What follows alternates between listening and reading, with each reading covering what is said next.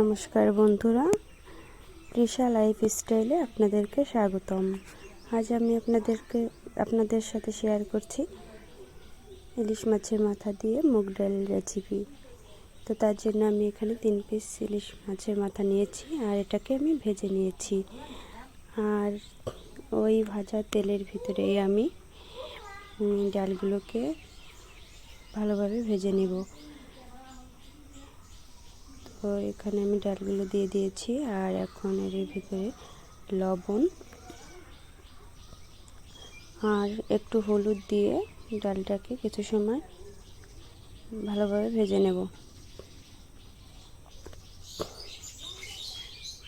ইলিশ মাছের মাথা দিয়ে মুগ ডাল খুবই একটি ভালো খাবার, অনেকেরই পছন্দের। এখন আমি এর ভিতরে জল দিয়ে দেব আর আগে থেকে কেটে রাখা মরিচগুলোকে দিয়ে দেব। তো কিছু সময় ফোটানোর পর এই যে ডাল ফুটে গিয়েছে, এখন আমি গরম জল দিয়ে দেব। গরম জল দিয়ে কিছু সময় রান্না করার পর এটাকে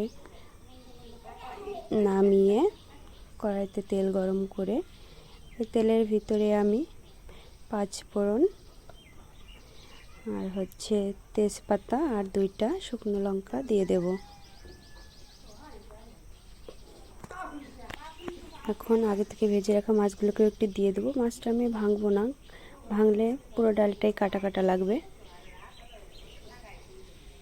এখন ডালটাকে এর ভিতরে দিয়ে দেব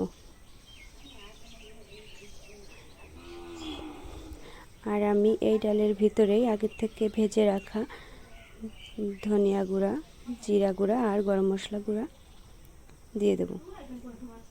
আপনারা চাইলে কাঁচা জিরা গুঁড়া, ধনিয়া গুঁড়া, গরম মশলা বাটা দিতে পারেন। আমার এটাই ভালো লাগে, তার জন্য আমি এটাই দিয়েছি। আর এটা খেতেও অনেক সুস্বাদু হয়। দেখুন আমার ডাল প্রায় হয়ে আসছে। তো আমার ভিডিওটি যদি আপনাদের ভালো লাগে আমার চ্যানেলটি সাবস্ক্রাইব করে দেবেন আর লাইক, কমেন্ট, শেয়ার করে আমার পাশে থাকবেন।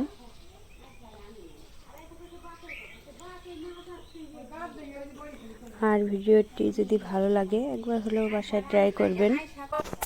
আজকের ভিডিও এ পর্যন্তই, দেখা হবে নেক্সট ভিডিওয়ে। আমার নতুন নতুন ভিডিও পেতে আমার চ্যানেলটি সাবস্ক্রাইব করে রাখুন। ভালো থাকবেন সবাই।